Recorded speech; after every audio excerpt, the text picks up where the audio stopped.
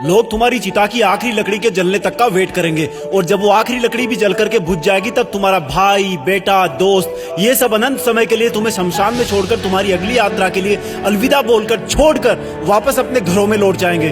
कुछ दिन तो तुम उनके बीच जिंदा रहोगे कि अच्छा इंसान था, थोड़े दिन और जी लेता, और फिर समय के भंवर में वो तुम्हें कहीं पीछे छोड़कर आगे निकल पड़ेंगे। वो तुम्हारा वापस आने का वेट नहीं करेंगे क्योंकि उनको पता होगा कि जो एक बार चला गया वो वापस नहीं आता, तो वेट करने से क्या फायदा।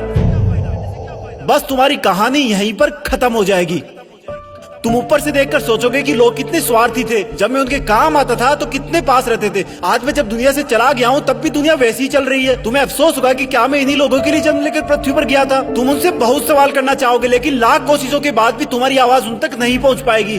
तुम वापस आकर फिर से दोबारा जिंदगी जीना चाहोगे क्योंकि तुम्हें जिंदगी जीने का मतलब तब समझ में आ चुका होगा। तुम्हें महसूस होगा कि तब तुम अपनी लाइफ में अपने आसपास के माहौल में खुद को कितना भूल गए थे। तुम्हें जवाब मिल चुका होगा कि क्यों तुम अपने सपने पूरे नहीं कर पाए, क्यों तुम अपने सपनों की गाड़ी नहीं खरीद पाए, क्यों तुम अपने सपनों का घर नहीं बना पाए, क्यों तुम अपने बच्चों को अच्छी शिक्षा नहीं दे पाए, क्यों तुम अपना करोड़ों का बिजनेस खड़ा नहीं कर पाए, क्यों तुम्हारे सपने सिर्फ सपने बन के रह गए। तुम्हें सबसे बड़ी सीख ये मिल चुकी होगी कि अगर अगले जन्म में कुछ भी ना कर पाया ना तो कम से कम टाइम वेस्ट नहीं करूंगा। तुम चाहोगे कि काश 2 मिनट, सिर्फ 2 मिनट और मिल जाए तो हिस्ट्री में जाकर अपने बेटे के साथ खेल सकूं, अपनी बेटी की शादी किसी और के साथ करा सकूं, अपनी माँ से अपनी गलतियों की माफी मांग सकूं, अपने पापा के सहारे की लकड़ी की जगह अपने हाथ से सहारा दे सकूं। तब तुम्हें लगेगा कि उस वक्त मेरे पास 24 घंटे थे, 52 हफ्ते थे, कई दशक थे, लेकिन मैंने कितना टाइम वेस्ट किया। माँ जगाते जगाते थक जाती थी लेकिन तुम रात को देर तक पढ़ने के बहाने से सुबह 8 बजे तक सोते रहते थे, जबकि असलियत ये थी कि तुम चैटिंग करते रहते थे, अपनी फोटोज को एडिट करके अपने आप को स्मार्ट दिखाते थे, गंदे वीडियो देखते थे। कितना टाइम वेस्ट करते थे तुम।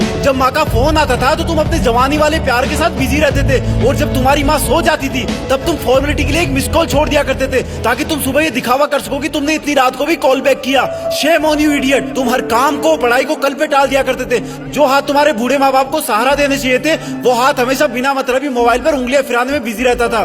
तुमने कितने घंटे सुबह लेट उठने की वजह से बर्बाद किए। उन घंटों को मिला के कई दिन बन जाते। दिन से महीने और महीनों से कितने साल की जिंदगी तू एक्स्ट्रा जी सकता था। मेहनत करके अपने सपने पूरे कर सकता था, अपने माँ बाप को भी कहीं घुमाने ले जा सकता था, अच्छी किताबें पढ़ के अपनी लाइफ में कितनी वैल्यूज ऐड कर सकता था। अब मरने के बाद 1 मिनट तो क्या, 1 माइक्रो सेकंड भी नहीं मिल सकती तुझे क्योंकि जिंदगी में कितने ही साल पहले ही मिल चुके थे तुझे।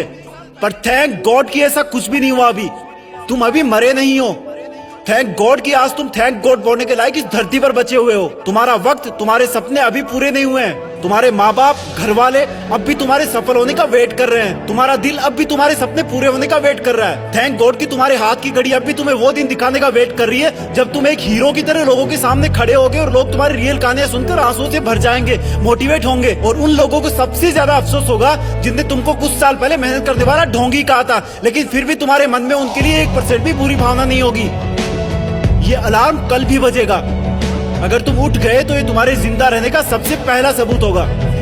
अगर तुम अलार्म बजने से भी पहले उठकर अलार्म को बंद करके अपने काम पर लग गए तो ये तुम्हारे सफल होने का सबसे बड़ा सबूत होगा। और अगर अब भी तुम डेली 12 घंटे सोओगे तो तुम्हारी आधी लाइफ तुम मरे हुए के समान जियोगे क्योंकि सोता हुआ और मरा हुआ इंसान इस दुनिया में नहीं रहता। तुम्हारा आउटपुट एब्सोल्यूट 0 रहता है। अगर तुम डेली 8 घंटे सोओगे तो तुम्हारी 1/3 लाइफ ऐसे ही खत्म हो जाएगी और अगर डेली तुम 6 घंटे सोओगे तो तुम्हारी 1/4 लाइफ ऐसे ही गुजर जाएगी। अरे कई महान लोग तो सिर्फ 4 घंटे सोया करते थे। रात को सोकर सुबह उठने का मतलब है कि हमें और मौत में 1 दिन का फासला और कम हो गया है। इससे पहले कि मौत तुम्हारे पास पहुंचे तुम अपनी मंजिल तक पहुंच जाओ। अपनी कहानी लिख दो, जो लाइफ में करना चाहते हो वो कर लो, पर कम से कम सुबह जल्दी उठना सीख लो क्योंकि तुम ज्यादा जीने के लिए अपनी उम्र नहीं घटा सकते। सिर्फ और सिर्फ बची हुई जिंदगी में टाइम मैनेज करके अपना टाइम बढ़ा सकते हो।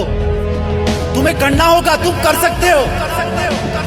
You can do it, you can manage your time. तुम्हें बाद में पछताने से पहले अभी अपने टाइम को सही ढंग से यूज करना होगा। जय हिंद।